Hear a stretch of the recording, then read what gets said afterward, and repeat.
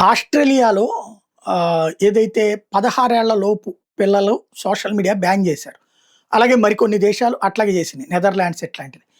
దాన్ని ఆ మధ్యన లోకేష్ గారు ప్రకటించారు. ఆంధ్రప్రదేశ్‌లో అది అమలు చేస్తాం. దాని మీద చర్చిస్తున్నాం అని చెప్పేసి.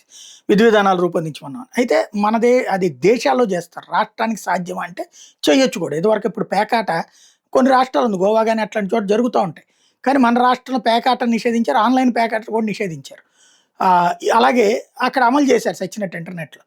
అట్లాగే ఇక్కడ కూడా చేయడానికి రెడీ అవుతుంటే, ఇప్పుడు కేంద్ర ప్రభుత్వమే లోకేష్ బాటలో ప్రయాణిస్తోంది. చిన్నపిల్లలను సోషల్ మీడియాకు దూరంగా ఉంచేందుకు వయో పరిమితులు విధించే విషయంలో ప్రభుత్వం కసరత్తు చేస్తోంది. వయసు ఆధారంగా ఆన్‌లైన్ ప్లాట్‌ఫారాల వినియోగానికి అనుమతి ఇచ్చే విషయంలో ఇటీవల ఆర్థిక సర్వే పలు సూచనలు చేసిందని, ఆ సర్వే అభిప్రాయాలన్నీ ప్రభుత్వం పరిశీలిస్తోందని కేంద్ర ఐటీ కార్యదర్శి కృష్ణన్ చెప్తున్నారు. వయసు పరిమితి విషయంలో ప్రభుత్వం నిర్ణయం తీసుకుంటుందని చెప్పారు. ఢిల్లీలో జరిగిన internet corporation for assigned names and numbers సదస్సులో పాల్గొన్న సందర్భంగా మీడియాతో మాట్లాడారు. పిల్లల ఇంటర్నెట్ వినియోగించే విషయంలో ఆస్ట్రేలియా తరహా చర్యలు తీసుకుంటారన్న ప్రశ్నకు ఆయన ఇలా స్పందించారు. ఆన్లైన్ ప్లాట్ఫామ్లకు వయసు నిబంధనలతో పాటు డిజిటల్ వ్యసనాన్ని తగ్గించడానికి ఆన్లైన్ టీచింగ్ను కూడా తగ్గించాలని ఇటీవల పార్లమెంటు ప్రవేశపెట్టిన ఆర్థిక సర్వే సూచించింది. ఆన్లైన్ ప్లాట్ఫామ్లు తప్పనిసరిగా వయసు ధృవీకరణ చేయాలని, డిజిటల్ వ్యసనానికి దూరంగా ఉండేందుకు వీలుగా పిల్లలకు విద్యా విషయాలను అందించే సులువైన పరికరాలను ప్రోత్సహించాలని ఆర్థిక సర్వే చెప్పింది.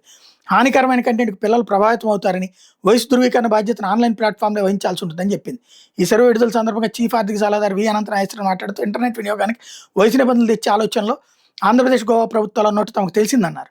ఇటీవల గజియాబాద్లో 3 బాలికలు ఆత్మహత్య చేసుకునే నేపథ్యంలో ఆన్లైన్ గేమింగ్ వ్యసనం, కొరియా కల్చర్ మోజుమైన సర్వత్రా ఆందోళన వ్యక్తం అవుతున్నాయి. ఆన్లైన్ కంటెంట్కి పిల్లలు దూరంగా ఉండాలని డిమాండ్లు వినిపిస్తున్నాయి. కానీ ఒకసారి అలవాటు పడకముందు చేయాలి. అలవాటు పడ్డాక మార్చలేము మనం. మద్యం లాంటిది ఇది కూడా. వ్యసనం. ఈ వ్యసనాన్ని అంత సులభంగా తల్లిదండ్రులు చేయాల్సిందే కానీ ప్రభుత్వాలు రిస్ట్రిక్ట్ చేస్తాయి. అప్పుడు ఏదైనా చచ్చిపోయారనుకోండి ప్రభుత్వాలు నిందిస్తారు.